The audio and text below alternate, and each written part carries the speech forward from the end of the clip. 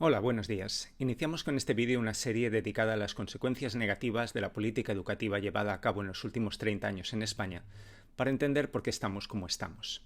Esto es Reflexiones Críticas y analizamos el sistema educativo desde su argumentación.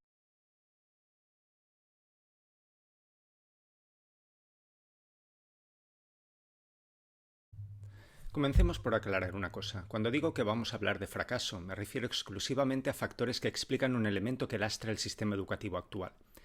Esto no quiere decir que solo hay fracasos en la educación actual.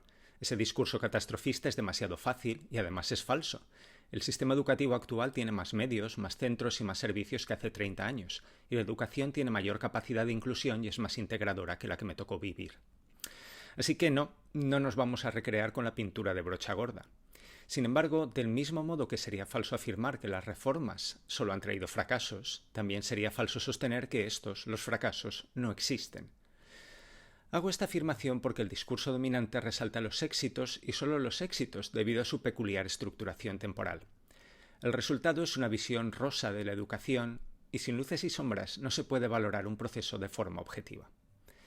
Pero volvamos sobre esta estructuración temporal a la que me he referido en vídeos anteriores.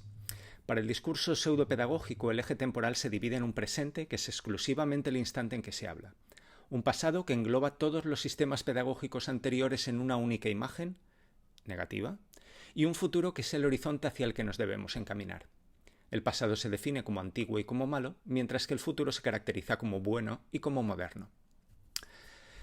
¿Cómo se utiliza argumentativamente esta organización? Situando a todas las iniciativas anteriores promovidas por el discurso pseudopedagógico en el pasado.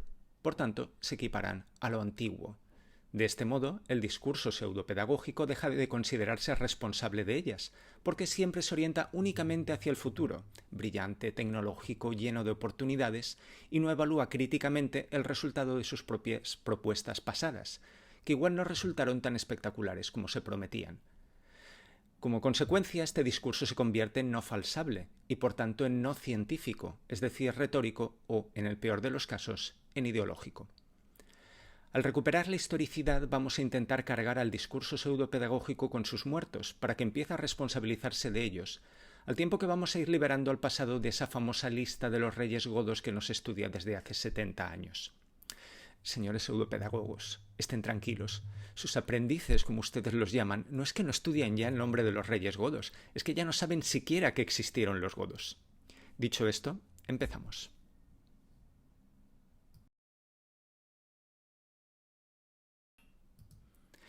Comencé a pensar en estas ideas cuando oí el vídeo de una facilitadora educativa, parece ser que el nombre de profesor no es lo suficientemente noble para ciertos maestros, que hacía el siguiente diagnóstico del sistema educativo. Sigue estilo directo libre. Estamos en un periodo de cambio tecnológico sin igual en la historia. La revolución digital abre numerosas posibilidades. La sociedad ha cambiado y nada va a ser como antes. Sin embargo, la educación en España está paralizada. Paralizada por el miedo de los profesores al cambio. Ha cambiado el paradigma social en que nos movemos, pero no ha cambiado la forma de enseñar. Y mientras los profesores no cambien, nuestros niños no se podrán adaptar al futuro y vivir en un mundo que ya no es el de hace 40 años. Y hablamos de nuestros niños, que son el valor más importante de nuestra sociedad. Así que si queremos educarlos felices, tenemos que superar el miedo que nos atenaza, abrirnos al futuro y avanzar sin miedo hacia este nuevo horizonte. Bueno, igual mi reproducción carga un poco las tintas, pero no varía en esencia el mensaje. Aquí se puede apreciar con claridad la estructura temporal de la que hablaba antes. El punto designado como ahora puede cambiar, de modo que este discurso se pudo haber pronunciado en 1970, en 1990 o en 2010, y serviría también en 2030, porque siempre el futuro nos va a esperar con los brazos abiertos, el presente va a ser un espacio de toma de decisiones y el pasado va a ser un almacén de ideas obsoletas.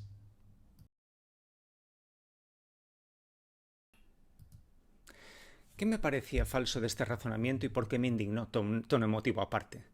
Porque en mi experiencia el profesorado no está paralizado. Al contrario, no para de moverse. Es más, está agotado de moverse.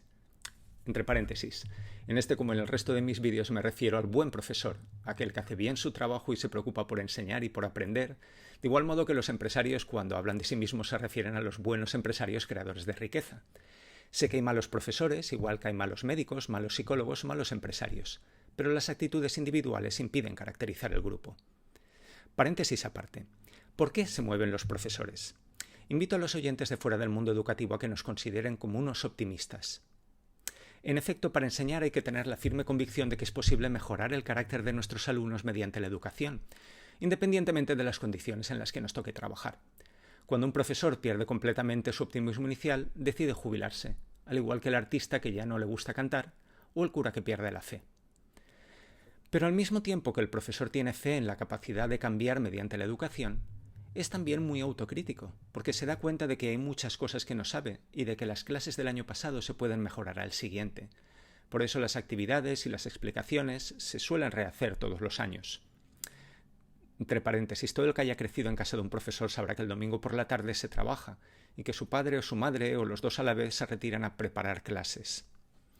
Este carácter autocrítico hace que si un profesor conoce iniciativas que le puedan ayudar a mejorar su práctica docente, como se dice hoy en día, allá que va. Y opciones no le faltan.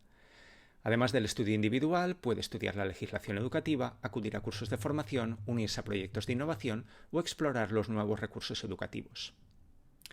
¿En quién confía para su formación? En los instrumentos que la sociedad pone a su alcance. El problema consiste en que desde la implantación de la LOCSE, las autoridades educativas los han ido redirigiendo hacia propuestas distintas y distantes, por enumerar algunas de ellas. Se ha cambiado el paradigma teórico. En mi campo se ha pasado del gramatical al textual, al cognitivo o al comunicativo. Se ha cambiado la organización de las clases, técnicas grupales, aprendizaje por proyectos, ámbitos. Los instrumentos, programas, apps, libros, recursos web, hardware como pizarras electrónicas o tabletas. Y no nos olvidemos, se ha cambiado de legislación 7 veces. Todos estos factores han generado cursos de formación, cursillos, jornadas, seminarios, acciones educativas o jornadas informativas, gratuitas o de pago, a las que los profesores se han podido inscribir. Todo esto se ha ido agravando en los últimos años por lo que podemos llamar la constante intrusión pedagógica, según la cual no es importante qué enseñar, sino cómo enseñar. El cuerpo de profesores se ha lanzado con entusiasmo a cada una de estas innovaciones. Más entusiasmo cuantas menos innovaciones lleva uno a sus espaldas, todo hay que decirlo. Y ha visto cómo sus esfuerzos no sirven para evitar el deterioro educativo en el nivel de los contenidos, ni en el de los procedimientos, ni en el de las actitudes. Añadamos a esto unas condiciones materiales que pueden llevar a centros infradotados, a la precariedad laboral o a una mala organización administrativa, como por ejemplo cuando una semana antes del inicio del curso nos han publicado los temarios definitivos, y ahí tendremos a nuestro profesor agotado actual. Decía Byung-Chul Han en La sociedad del cansancio que el individuo actual es un sujeto de rendimiento. En este marco el profesor es un sujeto de rendimiento al que se le ha dirigido la acción en direcciones contrarias y cambiantes, tan cambiantes como la administración educativa y los vaivenes pedagógicos. Estos movimientos han generado cansancio y desorientación, desaliento hacia las nuevas ideas, actitudes polarizadas en función del bando pedagógico en que cada uno se alíe, como vemos por desgracia en la Comunidad Valenciana gracias a la acción irresponsable de nuestros políticos, desafección, el no puedo del filósofo coreano, que llevan a bajas y a jubilaciones anticipadas, y a la conversión del entusiasmo inicial en una falta de compromiso resignada. La lista de agravios a través de esta sucesión de imposiciones blandas acaba siendo tan pesada que una acción de conjunto se torna imposible, salvo de forma negativa. Los profesores solo se unen contra ciertas imposiciones, raramente a favor de nada. El profesor se cierra en su ámbito, su clase, sus alumnos, y limita a su actuación a aquellos de estos a los que puede salvar o cree que puede salvar. Agotados, desorientados, deprimidos y enfrentados. Este es el resultado de 30 años de cambios sin criterio. Esto no es todo el sistema educativo, pero esto sí que existe en el sistema educativo. Muchas gracias por vuestra atención. La educación es algo demasiado importante como para no hacer oír nuestra voz.